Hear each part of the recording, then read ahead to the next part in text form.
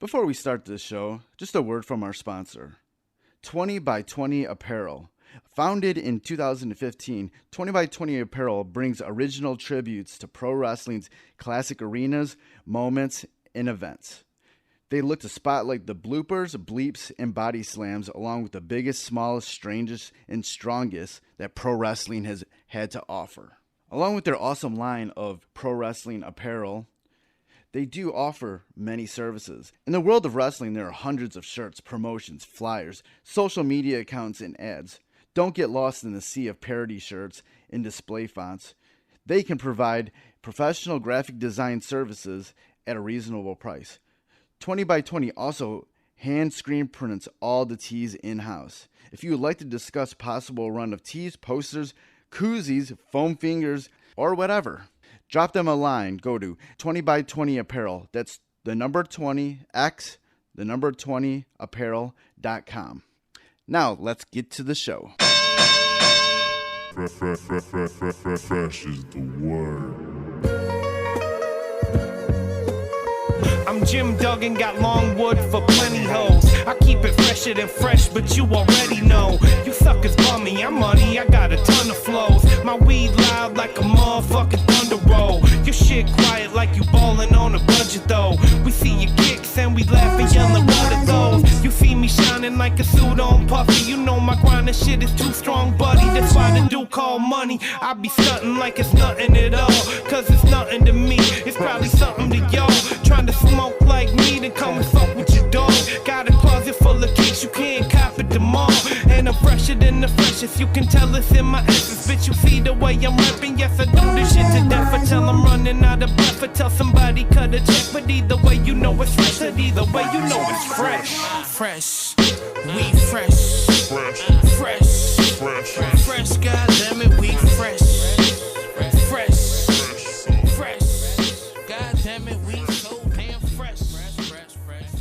Welcome to the Fresh is the Word podcast. I'm your host, Kelly K. Fresh Frazier. And on Fresh is the Word, we like to deliver wisdom through great stories from the minds of bright creatives of pop culture. Through those stories, we like to dissect the journey of our guests and present actionable lessons and advice for our listeners, no matter what career or avenue of artistry they pursue. And before we get into this episode, I want to give a shout out to Knox Money, Bang Belushi, and Foulmouth for the theme music for Fresh is the Word. And if you would like to support the podcast, you can always go to freshasthepodcast.com and just share any of the links for any of the episodes on any of your social media platforms. And also, you can subscribe to Fresh is the Word pretty much anywhere that podcasts are streamed. And that includes Apple Podcast, Spotify, Stitcher Radio, pretty much everywhere. And please rate and review, especially on Apple Podcasts. It will definitely help out the show. If you want to contact me, you can always reach me by email at djkfresh@gmail.com. Or you can follow me on Twitter and Instagram at KFresh is the Word, and on Facebook at facebook.com/KFresh. And you can also follow Fresh is the Word on Twitter at Fresh is the Word, and that's is with an IZ, Instagram at Fresh is the Word Podcast, and Facebook at facebook.com/Fresh is the Podcast. Check, 1, 2. Okay. And this is episode 168. The guest for this episode is Los Angeles-based jazz pianist Connie Han. Her latest album, Crime Zone, was released last fall on the Detroit-based Mack Avenue Music Group to rave reviews. Still in her early 20s, Han combines ideals from both traditional and modern jazz eras with a bold, provocative edge to it. The Connie Han Trio is playing the Wayne State University Pyramid Stage on Sunday, September 1st, here in Detroit at the Detroit Jazz Festival. For more information about that, visit DetroitJazzFest.org. During our conversation, we talked about her musical upbringing, standing out in today's era of jazz music, mentorship, her creative process, learning from jazz music's past, her latest album, Crime Zone, and just being bold. And before we get into this interview with Connie Han, definitely want to remind you how you can support Fresh is the Word. You can support Fresh is the Word on Patreon at patreon.com/Fresh is the Word. And for as little as $1 per month, you can help out everything I'm trying to do here on Fresh is the Word.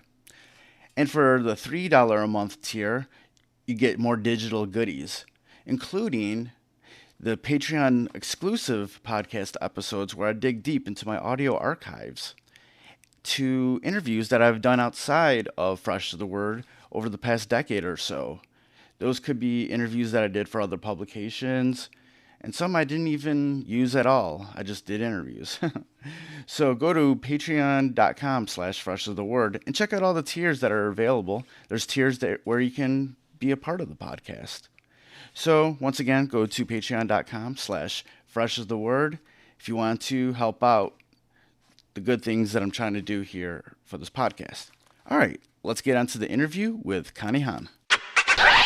I came upon you when I was just like, hey, who's the new jazz artist coming out these days? Everybody wants to talk about people from the past, but who's doing it now? And that's when I came upon you. It was before Crime Zone came out. Your previous release was the only one out. And I was like, oh, this is pretty cool. And I was just reading up some like reviews of your album, and a lot of people had positive things to say about what you were doing. You're very young but very mature in your playing, in everything. So it was like it's very cool to see that there's people out there, still doing jazz music and taking it very seriously when a lot of people just talk about the jazz music artists of the past. How did you first get into wanting to be a musician? I have a musical background.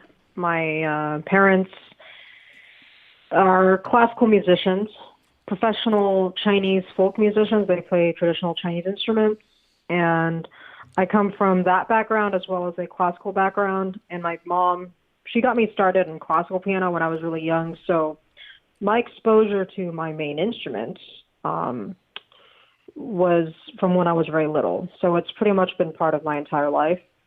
But as far as the jazz side of things, that didn't enter my life until later, when I was in my early adolescence.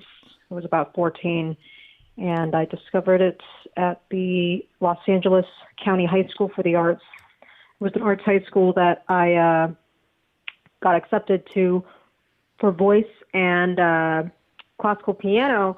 But when I got in, I was exposed to the jazz department, which at the time was pretty competitive for like a high school jazz department. And when I first heard Hank Mobley, Soul Station, and Miles Davis kind of blew the Jazz 101, I was like, oh, this is something awoke inside of me where I just thought, man, I think spontaneous improvisation is an outlet for creativity that really speaks to me as a person.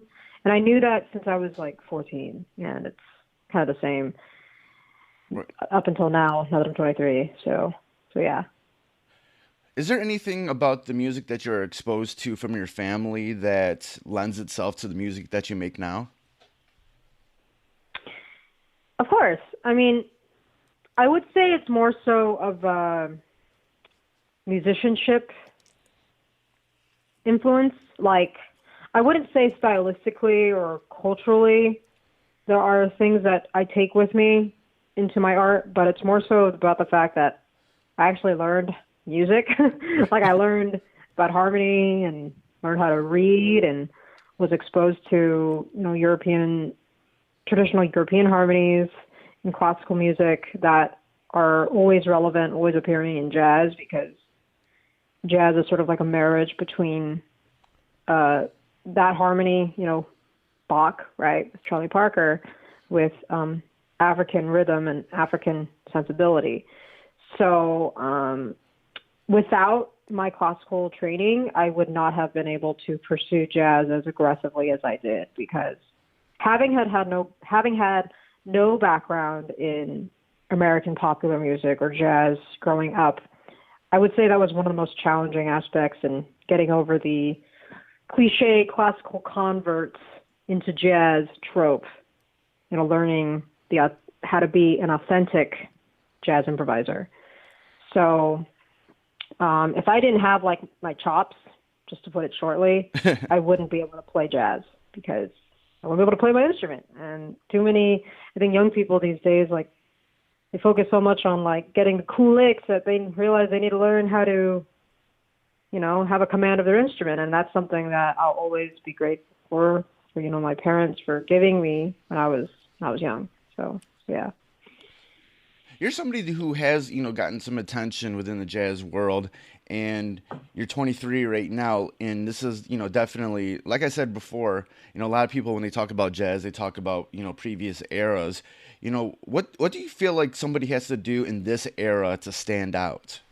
Honestly, just be yourself. It's really, I know that's a cliche thing to say, but despite the fact that, my music may be forward thinking or original, because it's me, I take a lot of influence and I take a lot of honor in, like, I don't know, like paying homage to the past, because jazz to me is a legacy art form that is based entirely on its history. It's a folk art form in that way. So I don't think there's anything wrong with that. I think that's something that should be part of the definition of what it means to identify as a jazz musician, in identifying with the history as well as like the musical language that has been developed from 20s up until now. But honestly, I would say that me not going to jazz school, because I dropped out of college after 3 weeks of my freshman year because I disagree with how jazz education is taught, which is, I think jazz education at the collegiate level can often lend itself to really like sterile sounding young jazz musicians where they just sound like carbon copies of like the Charlie Parker Omnibook or Michael Brecker licks or whatever. So I think that actually plays into why so much like jazz could be stagnant, I guess, in originality, because so many people are just trying to like learn what is being fed in those classes. So, I mean, I would say that you have to take a more street smart approach in learning this music in order to stand out, to be original, which goes back to just like being yourself and improvising from a place that comes from you rather than like, oh, I have to transcribe all these solos and apply all these bebop licks. So, yeah, I learned from a place of like being self-taught as well as taking a lot of advice and learning with like one-on-one with a mentor, which mine is actually Bill Wyzaski, who I met in high school as my high school teacher, but now we're working together as coworkers. And I think that element is really important where there's like a master apprenticeship culture that I don't think is as prevalent in these days.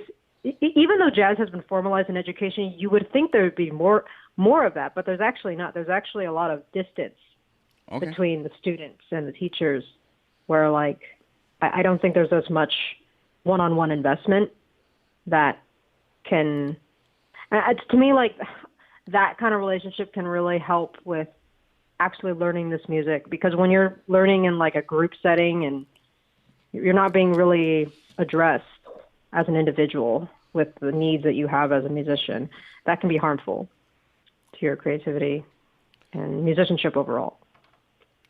Yeah, kind of extending on what you were talking about, I've been very interested in the idea of mentorship recently. And what do you feel like is the definition of mentorship to you, and what do you learn from your mentor specifically? I mean, it's a mentor is someone who obviously has more experience than you, typically older, but not always, but usually someone who is like more experienced in the field that you want to go into and be more of a professional in, or even be a master of. And it's someone who you trust to tell you what you need to hear, regardless of whether it's going to hurt your feelings. Not to the point where it's like abusive, right? Right. But to the point where it's like healthy and you're able to look at your skill set and the world and your reality in an objective, rational way with problem solving. To me, I think a mentor is someone who supports that approach, who helps you solve problems and helps you solve obstacles, and generally points you in the right direction, because there are so many jive mother effers in the industry, of any industry, where it's so easy to get off path when you don't have the right people who are like letting you know what is legitimate and what is not, and what is like not, what is amateur. So it's, to me, like a mentor is someone who points you in that direction and like doesn't give you the skill sets, but it teaches you how to, like, he or she teaches you how to obtain that skill set. And to me, without a mentor like Bill to sort of provide that kind of support, very specific to my needs as a musician, I wouldn't have been able to, like, even become a professional musician. I would still probably be struggling to play restaurants in my local area and just be like a college dropout musician. But luckily, I've gone from a college dropout to a signed artist, relatively non-starving. So, yeah, mentorship is so important. I mean, it's just so, I don't know how else to put it.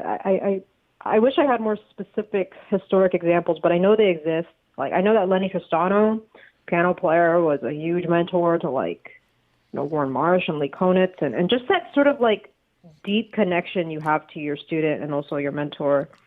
That's something I don't see as much today. And just talking randomly to my peers and just people, like, I mean, maybe they just don't want to talk to me about it, but I just feel like there's not as much of a credit being given to, like, let's say one person or two people. It's like, I feel like people are graduating from college and just flying by the seat of the pants, you know? Right. And I wish there was less of that. So. You mentioned earlier how, you know, like, the way you learn to a certain extent is this sort of, you know, street smart, sort of, you know, not, you know, in college, whatnot. Like, what sort of, you know, degree of trial and error do you go through when making your music, or just learning certain parts of how to make music? Right. To me, I look at the entire, like, legacy of recordings left behind by the greats, such as McCoy Tyner, Joe Henderson, old jazz, right? Music made from musicians and greats that, actually, McCoy Tyner's alive, what am I saying? But Joe Henderson is dead. Hank Jones, unfortunately, has passed. Bobby Hutcherson passed very recently. The point is that there has been a large trove of treasure left behind by musicians who were part of a huge, like, cultural shifts in America during, like, the civil rights movement in the 60s, even up until the 50s. Like, there's just so much great stuff there. And I like to use that stuff, I mean, especially as a student, when I'm not thinking of myself as, like, or when I didn't think of myself as, like, an original artist. I was like a sponge. I was absorbing all this material. I thought of that material as, like, my reference, as, like, my Bible for what I wanted to aspire to, because there's so much to be learned. And I feel like once you learn that sort of rule book that's being laid out in front of you with those recordings, you can move on to break the rules, which I've started to do much more of as a professional. But too often, I think, like, in an environment like school, you're learning stuff from, like, a textbook, or you're learning stuff from sheet music, or learning stuff from what people are saying, rather than what you're actually hearing based on the authenticity of the recordings that we base a lot of those jazz school rules on, you know? It's like you have to use your own ears and learn by ear, learn by, you know, just plain out asking yourself, what am I doing that is not as, that's not as good, or not as mature, or not as thoughtful or sophisticated as what Bobby Hutcherson is doing, or what McCoy Tyner is doing. I know that's, like, a really, like, copycat approach, But I think when you're first learning the language of this music, it's kind of like learning English. Yeah. Like you learn before you become like a creative writer, you have to learn how to read. And to me, I think people need to apply that same thinking of learning the building blocks and learning the language of jazz in the same way by listening Right. to those recordings and learning in that way rather than just like blindly following advice that you haven't authenticated yourself. Yeah, I think that goes with everything. Like it can be any sort of art form. You know, if you're gonna paint, just paint the way someone else does, and then break the rules later on. Yeah, because I don't think you can break them if you don't understand them at first. I mean, I learn things every single time. I go back to old recordings I've learned since I was 14. So I learn stuff all the time, but you have to understand it to like a certain extent before you can go off and try to like be crazy with it, you know? Right. So, with that said, I want to answer your original question. No one can teach it for you. That's what I'm saying. Like, you have to just go to the practice room, address very specific things, whether it's rhythm-based, language-based, harmony-based, and, practice it until you get it right. And how do you know it's right? Well, I think you should just listen to the recordings. It's all there. The answers are all there. Like, you don't have to take out a huge student loan to get the answers. You can just pull up Spotify, pull up YouTube, look up the recording, and be like, okay, it's all there for me. I just have to learn it. That's how I do it. So, yeah. And you talked about being a part of this art form in jazz that is very historical based. You have all these decades and decades and decades of examples of of what people have done, different parts of how they affected society and culture. I come from being a part of a hip hop scene here in Detroit, and what I've noticed is that there can be the societal ties, cultural ties, but at times from one generation to the other there's a disconnect for whatever reason. How important is it for new jazz artists to understand jazz music's past? Super duper. I mean, like, I think the music and art is a direct reflection of the culture that it comes from, So I think aside from learning the actual music side of it, it's important to also learn the historical context surrounding whatever was plaguing society at the time in terms of its problems. But I think actually even more importantly, it's important to learn the struggles like the artists from whatever area you're studying also face, because I think that also plays a huge part of the art, because many of these greats that we admire, like Bud Powell and Charlie Parker, they led very hard lives. I don't want to say their legacy is being junkies, but I mean, they had to cope with the problems that they had. Yes. With pretty tragic means. And I think it's important to acknowledge that and to be aware of the whole picture. Not just learn their licks, but learn what kind of problems they went through. I mean, Bud Powell got his head smashed in. I mean, that's not something that, that can happen at any time or any decade, but I feel like that was too normalized at the time, Right. So, I don't know if that answers your question. Oh, no. I think it does. No, it does. Yeah. Okay, good. Yeah, I mean, I'm not trying to advocate for tragedy or struggle, but there is a certain struggle that breeds some of the greatness in this music. And with life getting easier these days, there are a lot of naysayers out there who are like, oh, jazz is in a rut, blah, blah, blah. I don't want to make that argument right now because I just want to focus on myself. But sometimes I wonder if, the correlation between, the the flourishing of an art form, whether that correlates with how easy and how much leisure there is in like life at the time. And right now, I think we're living in a very nice period of leisure compared to the past, at least. So, I don't know. I mean, I think these are things that artists have to consider just to be a better person and to be a more well-rounded person. So. Yeah, you have a new album out. It's called Crime Zone. It's on Mack Avenue Records. How much of the music that you make sort of, ties into society now and also into your own personality? What do you put into it? Crime Zone is really supposed to be a statement in, I think I already said this in my press release, but just being provocative. Like, I kind of want to just shock people, just to get a sort of rise out of people, because I don't think people expect to see someone who looks like me play the way that I do, which is why it's called like Crime Zone. It's supposed to be just, I don't know. It's supposed to be more of like a sensory overload than anything with that title, and also just the imagery associated with the album, which is a very, edgy, like sexy cyberpunk look that is not really found in the aesthetic of jazz historically.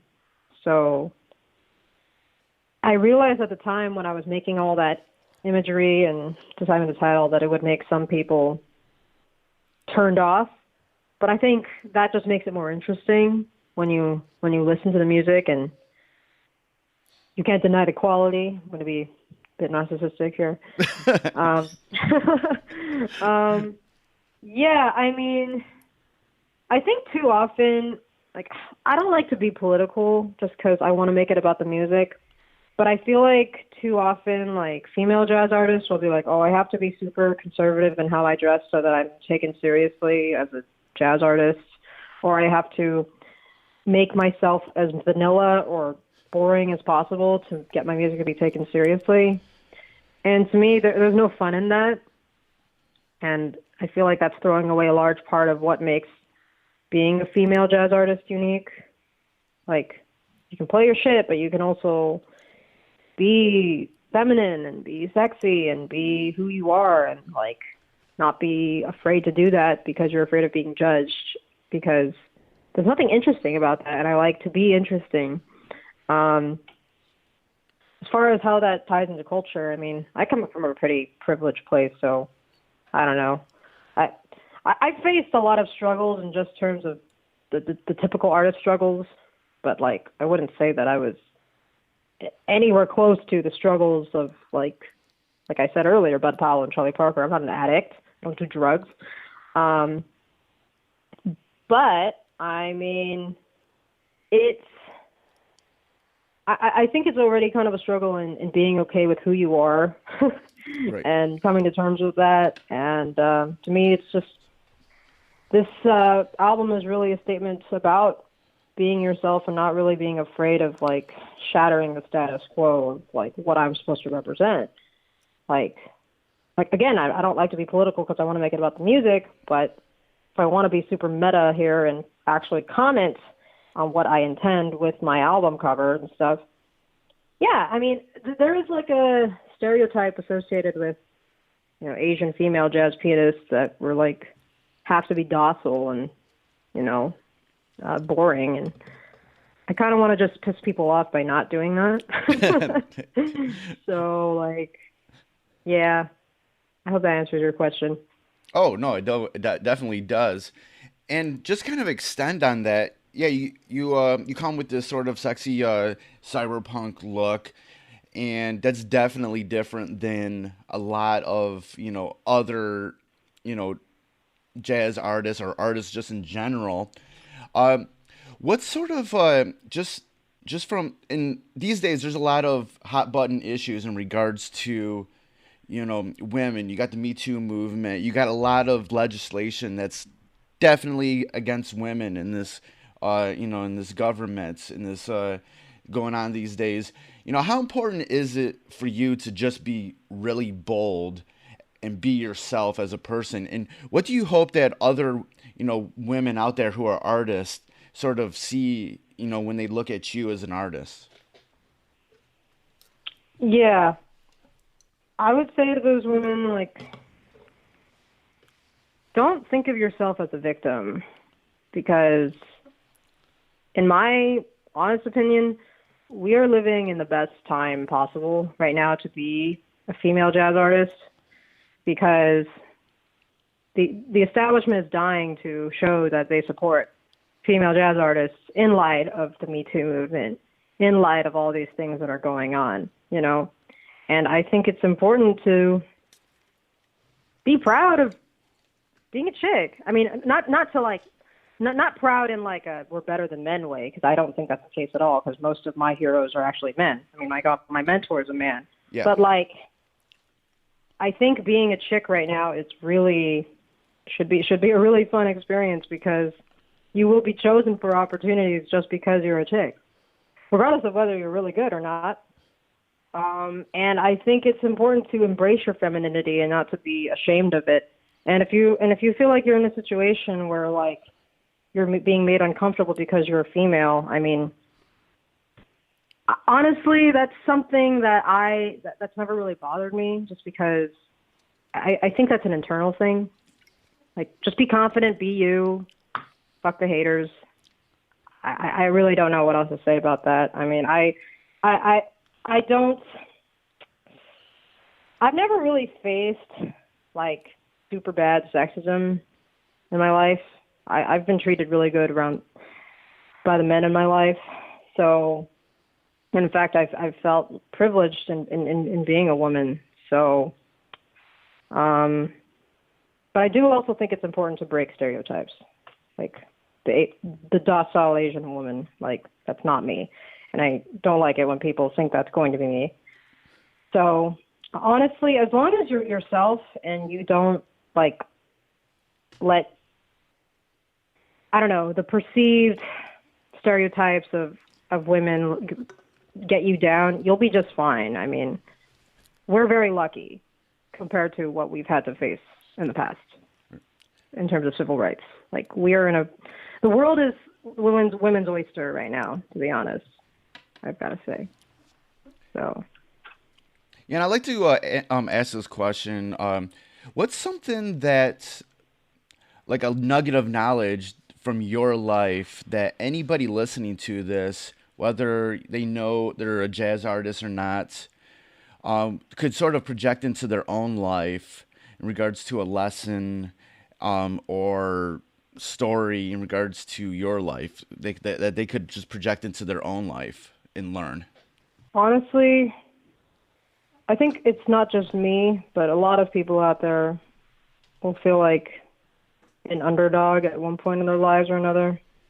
And you'll feel like, oh, you can't do it, or you can't do the thing that you want to do because you feel like the underdog. As long as you work hard and you face things with a problem-solving approach and, like, just do the work and be quiet about that work and just don't complain when things don't go your way immediately, you will see the fruits of your success as long as you have like a really good work ethic. I know that sounds that's something that people say a lot, but that's something that has kept me going, because there have been many times in my life where I felt like, man, am I really cut out for this thing? But I've found that not just relying on talent and using that talent with my hard work, that has gotten me to the place where I am now. So don't let shit get you down, I guess. Just work hard and don't complain and face things with a problem-solving approach, and you'll be fine.